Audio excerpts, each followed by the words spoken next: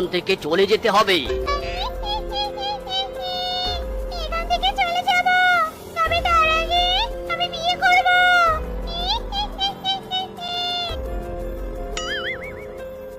ওরে বাবা রে, যদি আবার আমার গলায় মালা পরায় তাহলে আমার সন্ন্যাস শেষ হয়ে যাবে। ওরে বাবা রে।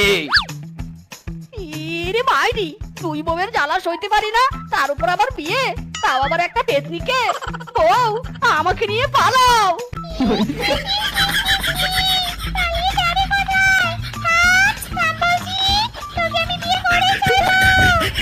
বন্ধুরা, আমাদের আজকের এই গল্পটি তোমাদের কাছে কেমন লেগেছে তা কমেন্টে জানাতে ভুলো না কিন্তু।